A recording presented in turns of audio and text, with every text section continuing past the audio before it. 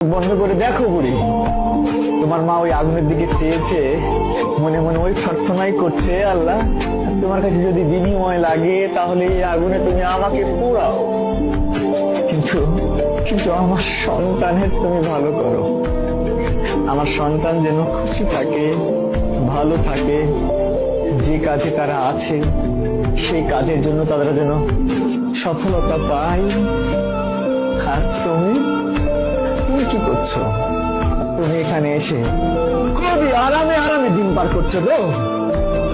ও মেয়ে, তোমার কি বিবেক আছে? তোমার কি বিবেক আছে? তুমি কি একবারও তাদের এই কন্ট্রিবিউশনটাকে সামনে আনতে পেরেছো?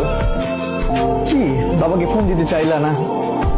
বাবার হার্ট অ্যাটাক করবে, ওই অনুভূতি তো আছে যে তোমার নিউজ, খারাপ নিউজ পেলে বাবা হার্ট অ্যাটাক করতে পারে।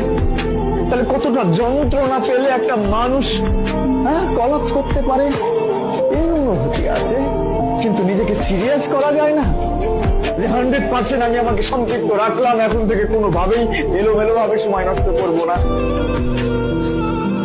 আমি নিজে বিশ্বাস করি, খুব করে বিশ্বাস করি, এখানে সবচেয়ে ভালো শিক্ষক দিলেও সব পেপার গুলো একদম হুবহু পড়ছি, এখান থেকে হবে কোয়েশ্চেন গুলো, এই ব্যাপারগুলো ইনশিওর করলেও